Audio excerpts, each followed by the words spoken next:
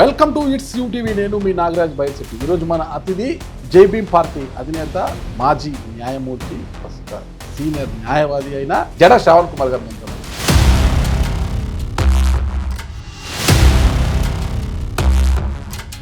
అలాంటి కూర్చులో కూర్చున్న మీరు ఎందుకు మీ ఉద్యోగానికి రాజీనామా చేశారు? సో నాకు కూడా జడ్జిగా రాను తెలివితేటలు పెరిగిపోవటం. 5 సీట్లు అడిగారు, 170 దగ్గర 5 సీట్లు. నియోజకవర్గానికి 1 కోటి నాకు ఇచ్చేయండి. నేను 1 కోటి కాదు 5 కోట్లు అడిగి. ఆ రోజు ఒక కరప్టెడ్ జడ్జి ఆయన అనేది నేను విన్నాను. జడా శ్రావణ్ కుమార్ మీద ఈ కంప్లైంట్ వచ్చి ఊరు పేర్లు పిటిషన్ అయినా దమ్మనండి, అది ఛాలెంజింగ్ సార్.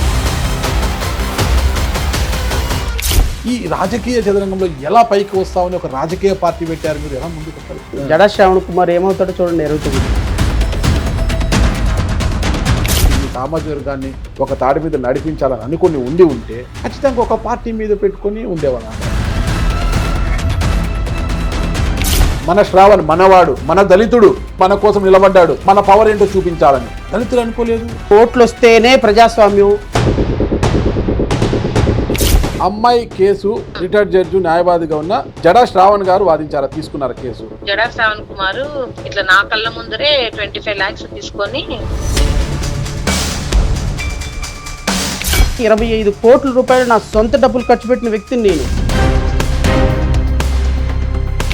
25 కోట్లు ఖర్చు పెట్టి 5 స్థాయిలో మళ్ళా కోట్ వేసుకొని కూర్చుంటారు 6 సంవత్సరాల్లో. ఇంకేంది? హరీష్ ప్రవీణ్ కుమార్ గారు చేసిన అన్యాయం ఏంటి జాతికి? ప్రగతి భవన్ వస్తాను ఏనుగెక్క అన్నాడు, ఏమైపోయింది? దళితుల కోసం పోరాటం చేస్తున్నా అనేది అంటాడు. ఏం లేదు, పోరాటం లేదు, ఒకటే ఆరాటము. ఎస్టీలో మైనారిటీలో జడా శ్రావణ్ కుమారు. జగన్మోహన్ రెడ్డి గారు కూడా ఆ రోజు ఒక్క స్థానం ఇస్తానంటే ఏం చేస్తారు? ఆయన సీట్ ఇస్తానంటాడా, ఇవ్వనంటాడా? ఎంతో మందికి రాజకీయ భిక్ష వచ్చింది కదా ఈరోజు పవన్ కళ్యాణ్ వల్ల. అసెంబ్లీలో స్కిట్లు వేసుకొని పద్యాలు పాడుకోవటానికి ఆ పవర్. ప్రధానమంత్రి మోడీ నన్ను పక్కన కూర్చోబెట్టుకుని చాక్లెట్ పెడతాడు.